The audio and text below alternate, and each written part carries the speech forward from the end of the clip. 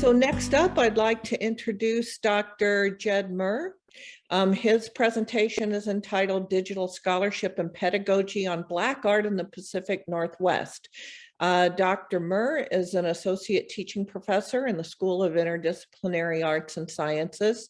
His research focuses on U.S. racial formation in a global context, Black political and aesthetic movements, critical and international pedagogy, and the politics of literary, popular, and visual cultures. Dr. Murr's current project, Black Arts Northwest, is a multi-year digital humanities and public scholarship collaboration focused on Black aesthetic and political practice in the Pacific Northwest.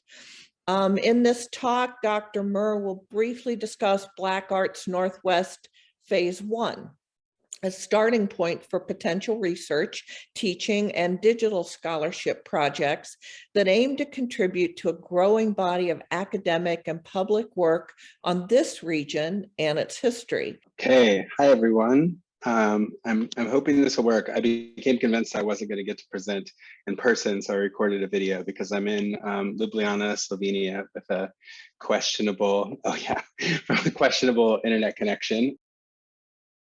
So the project I'm going to talk about tonight from my 2020 seed grant, it's entitled Black Arts Northwest, and this is really a multi-year project. I feel like I'm still at the beginning of the project, even though it's been going on for some time.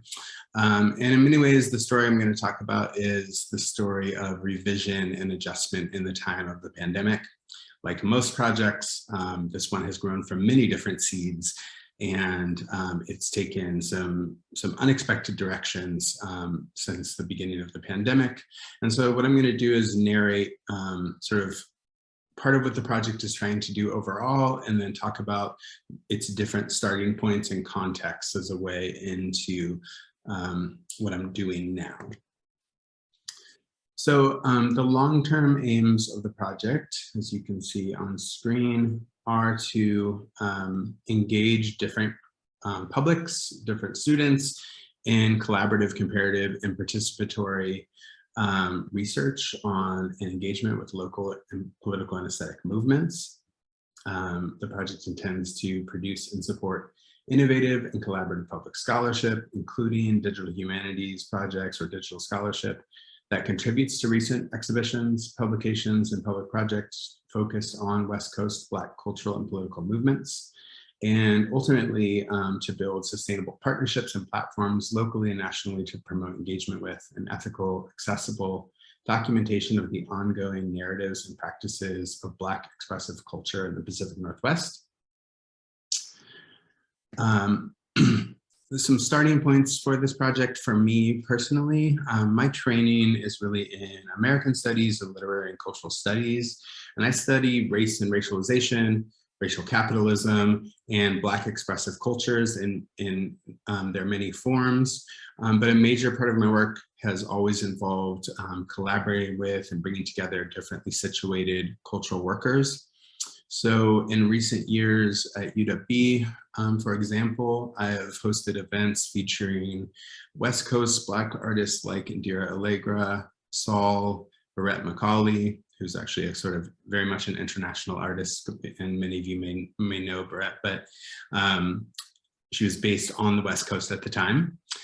Jasmine Bryant, Fred Moten, and Stefano Harney. I've also written a catalog essay for Oakland-based artist Dewey Crumpler's show Collapse at the Hadreen Gallery. But an important starting point for me was meeting Curtis R. Barnes in 2014, when his show, The Unicorn Incorporated, was featured at the Frye Art Museum in Seattle. So Mr. Barnes was a really incredible visual artist with many different legacies in Seattle. I was interested in part in a mural that he co-created in the early 1970s entitled Imowole, and it was inaugurated at the time by Jacob Lawrence. It was hailed nationally among many other Black Power murals as an important and permanent work of public art in Black aesthetic and political intervention, but it was destroyed somewhat controversially about 20 years later. And so I was really interested in that story, and over the next few years after meeting Mr. Barnes, I had the opportunity to meet with him and to interview him at length. And those conversations really gave me a much more expansive sense of the history of Black cultural, political, aesthetic movements in the middle to later 20th century in particular. And really told me a different kind of story than the one I think I had inherited about Black Seattle and Seattle more generally. And so I'll say more about that as I go along. Another starting point for me, at the same time that I was meeting with Mr. Barnes and learning this kind of alternative history of Seattle, I was engaging with a whole bunch of new work, really important work on Black art on the West Coast. And this is coming out of major art institutions. And I'm thinking of shows like Now Dig This, Art in Black Los Angeles. That was at the Hammer Museum in LA in 2011. I'm thinking about more recent exhibitions like Soul of a Nation, Art in the Age of Black Power. That was featured at the Tate Museum in London, and I had the opportunity to go to the opening and the conference that they held in 2017, and also a whole bunch of scholarship, some of it by historians and American studies and ethnic studies scholars, some of it by art historians. You can see on screen right now works by Daniel Widener and by Kelly Jones that have really, I think, reframed the understanding of Black art on the West Coast. This includes art of the civil rights and Black power eras. It includes a different kind of attention to the specificities of the Black arts movement on the West Coast. But it also sort of goes beyond those narratives as well and thinks about different trajectories of Black art and different iterations of it in the last several decades. So thinking here about visual art, but also lots of other modes of expressive culture, right? So I've been engaging with that work and engaging students in that work. And that is part of the sort of backbone of my interest in thinking about Black art and politics in the Pacific Northwest in particular, right? Because when you begin to study these histories, you also discover the ways in which, in spite a lot of recent, pretty incredible work on the history of Black Seattle, Seattle and the Pacific Northwest more broadly don't figure very prominently into that other body of work that I just referenced, nor do they figure much at all in many of the sort of key texts in ethnic studies and Black studies that many of us turn to in our teaching and in our other work. But another starting point of this for me has been teaching, and I began teaching courses focused on Black art and politics, such as Black Arts West, a graduate seminar in fall of 2017, a summer course, BIS 490, Black Art and Radicalism in Seattle in summer 2019, and then another graduate course called Black Arts North/West in the fall of 2019. And those were really learning opportunities for me. There were opportunities to get together with students to figure out ways to study, to figure out how to engage sort of readily available archives, but also maybe harder to get at archives of Black art and politics in the Pacific Northwest. And through that, I think we really collectively unsettled in a bunch of really productive ways some of the dominant narratives about Seattle that we had received, right? So there's actually several of them that you all probably know well. So one is this strange narrative or discourse in which Seattle gets narrated as a quote unquote white city, right? Along with cities like Portland. And sometimes there's sort of demographic data maybe in the background of some of those statements, but often I think those statements actually work to erase and elide the actual living presence of so many different communities that are not white, right? Including Black Seattleites.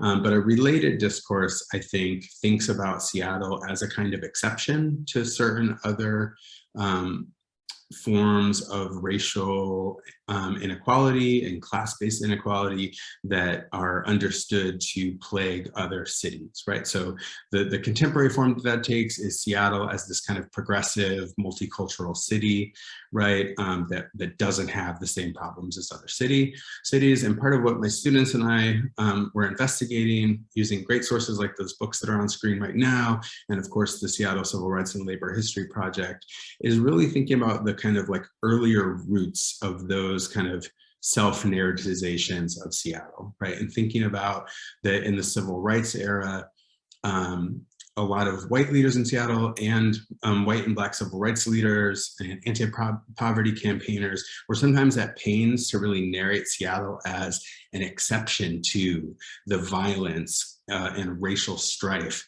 that marked, say, LA of the Watts Rebellion, or that marked cities like Detroit in the mid to late 1960s, right? So there's this whole idea that Seattle has somehow always been exceptional to some of the key dynamics of race, which of course, for any of us who have studied it, we know that that's not actually the case.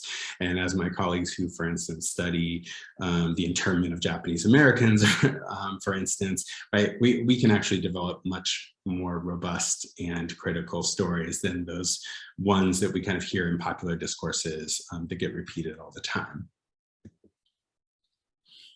Okay, at the same time that I was working with students to investigate these different histories, to engage different ways of both investigating the history of the Black Pacific Northwest, I was also asking students to engage really directly with local cultural workers and with local arts scenes, right? So this often takes the form of students writing critically and creatively about ongoing events. So in this last quarter, all of my students visited and then wrote about their experience of going to see Barbara Earl Thomas's work at the Seattle Art Museum and at the Henry Art Gallery, right? And then I also began to become interested in digital scholarship and the Black digital humanities as really key ways of engaging different communities and different publics and involving different kinds of people in scholarship in meaningful ways that don't sort of just circulate within academic journals, for instance, right? And for me also, as someone interested in the kinds of stuff I'm talking about right now, I'm not an art historian, and I'm not a historian who wants to write an academic monograph, for instance, and digital scholarship seemed to me like a really interesting way to kind of engage in this work with other people that might allow it to be translated to different environments. So in 2017, I was part of a cohort called the Black Publics in the Humanities at the Humanities Intensive Learning and Teaching Institute. And there I got to encounter a whole range of really incredible Black digital humanities projects. And I began to think about the way in which Black digital humanities scholars, librarians, archivists, and cultural workers are able to center social justice, ethical and community-based and radical practices of recovery, and intensive critical examinations of race and the meaning and stakes of digital work in the humanities and other fields in relationship to the flourishing of Black life and culture. And I'm really following in the footsteps of a whole bunch of scholars who have worked in these areas, right? This isn't my work, I'm really drawing on a whole bunch of existing work that's really important. So I encountered a bunch of fantastic projects and got ideas for projects that I might help to engage in. And so then I really envisioned the seed grant work as being the starting point for creating public digital scholarship and collaborations, the first of which was designed to be focused on the Immobile mural that I mentioned earlier. And it was supposed to be an opportunity for collaboration. So I was working with Jasmine Bryant and Marcus Johnson, two former UW-Bothell students. Jasmine is an artist and a doula, and Marcus is a PhD candidate on the Seattle campus in communication. I was also planning to work with my colleague, Georgia Roberts, my amazing colleague and librarian at UW, Denise Hatwig. Sampaio Aranque, a scholar who's at the Chicago Art Institute. And that was the plan when the pandemic began. And then because of the pandemic and my inability to get funding to pay my collaborators for their for their time and for their labor, I really shifted rather dramatically to focusing on continuing my work with students in the classroom and thinking about, okay, well, what forms of research engagement can I involve students in right now, whether we are in person or we're virtual, that will still build meaningfully on work that I've already been doing and that will allow students a different way into to doing research together, to thinking about the stakes of work with differently positioned communities in a period in which we see different kinds of racialized containment, displacement, and a whole bunch of other things sort of unfolding around us all the time. And this became an opportunity for me to think differently about how to do that work. So in part, it was continuing the kinds of digital scholarship projects I had already begun to engage in. So with my colleague, Denise Hatwig, I've spent the last couple of years kind of co-facilitating the digital scholarship learning community here at UW-Bothell with an amazing group of faculty and staff who get together and learn from one another how we want to understand digital scholarship and what kinds of digital scholarship inspire us and allow us to engage in different ways with our own research areas. And so I should really be deferring to them. I'm not an expert on digital scholarship, but I have a bunch of colleagues who are, so Denise Hatwig, Dan Berger and Julie Shane, for instance, in IES have already done a bunch of amazing digital scholarship work. Nora Kenworthy and Jen Q Jung and a whole bunch of other people who have already really been engaging this work longer than I have. So I want to just shout out to them while I have this opportunity.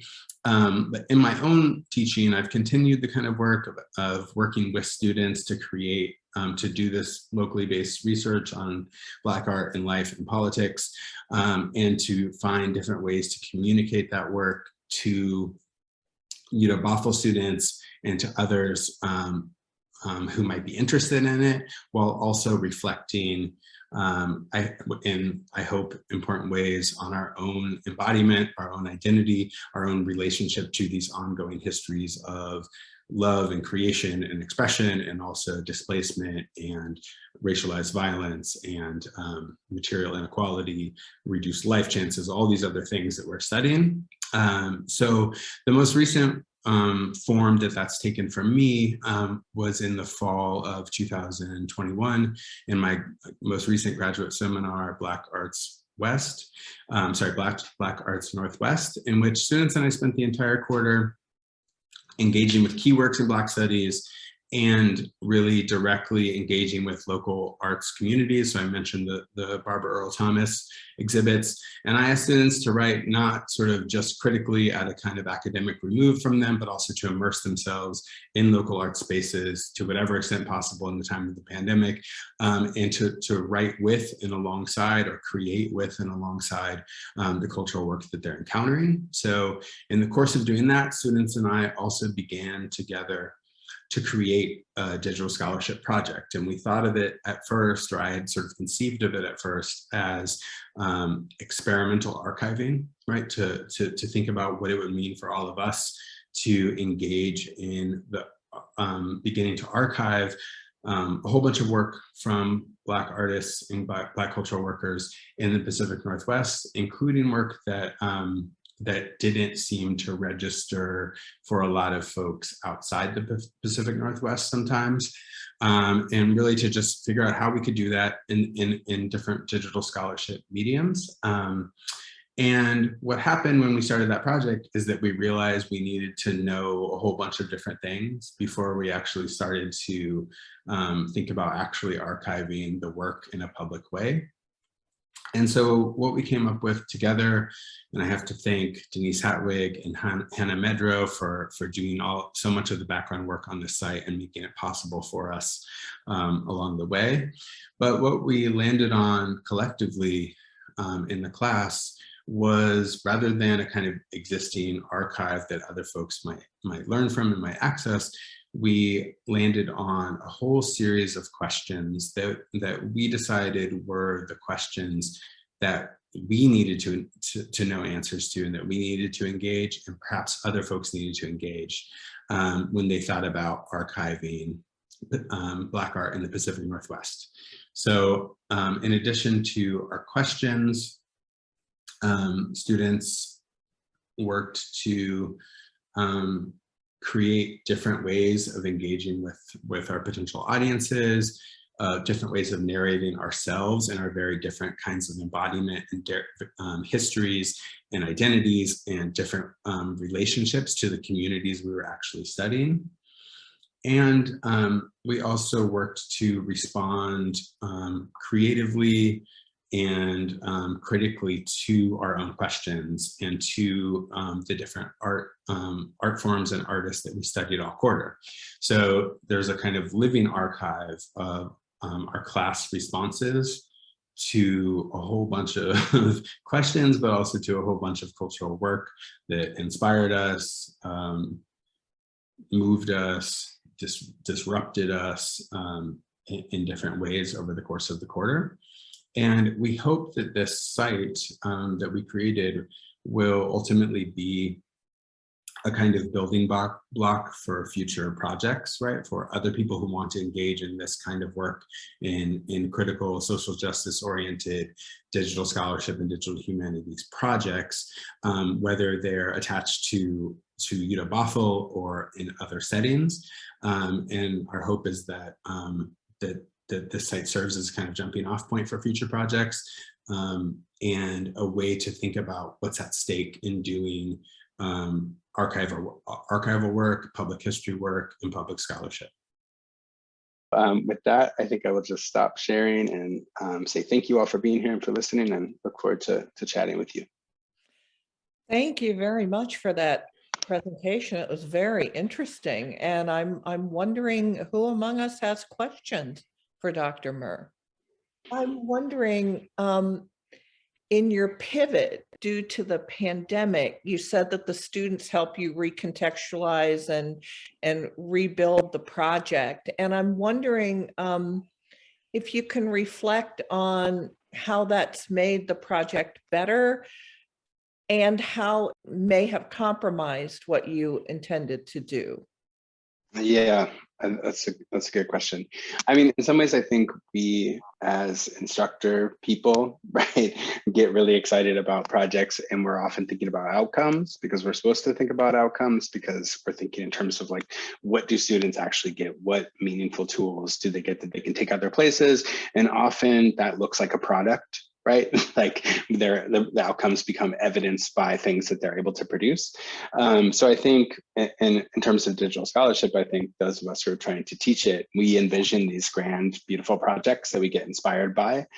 And we think that students are going to be able to help us create those in meaningful ways. And I think the students in my graduate class kind of blew up the idea that we were going to produce something polished and finished, right, for other people. So that maybe it doesn't look as good when it's being reviewed by certain people or for certain audiences. But it actually, felt like a more meaningful project because those sessions that we had when we were kind of unpacking what we thought we were doing and remaking it together, that's like the messy work that you actually do in the world when you're collaborating with people, right? In whatever setting you're in outside the university. So yeah, and I think in that sense, while the product might not look like what I had imagined, the process was better. Thank you. Yeah, thank you. Yeah, thank you for sharing that. It's really interesting. Did you get to go much into hip hop, or did you have any students who focused on hip hop in the Pacific Northwest and its kind of legacy? I know it's music absolutely. rather than arts, but yeah. No. I mean, and I'm thinking part of why I use the term expressive culture, right, is to think kind of broadly about sort of across these different domains of practice, and music is inseparable from the visual art of Black art on the West Coast. But I have students who do research on hip hop as part of the kinds of projects that I ask them to do, and the creative and critical writing I ask them to do.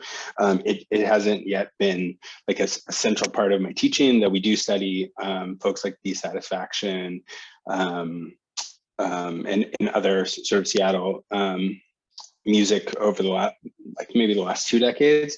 But really, I also know there are other people doing this work. So Georgia Roberts, who may or may not still be here, but I saw her name pop up, is a hip hop scholar who knows a lot about hip hop in the Northwest. And there's someone whose name I'm really blanking on right now on the Seattle campus, who is doing a bunch of good research and archiving of hip hop in the Northwest. So part of my sense is like some of that work is actually already in progress, and I don't know quite as much about work happening in relationship to visual art and to some other domains, though there are projects like, some of you might know, the Black Embodiment Studio, run by Professor Kemi Adeyemi on the Seattle campus, that over the last few years has been doing some pretty amazing stuff as well. Yeah, thanks. Thank you so much. Other questions?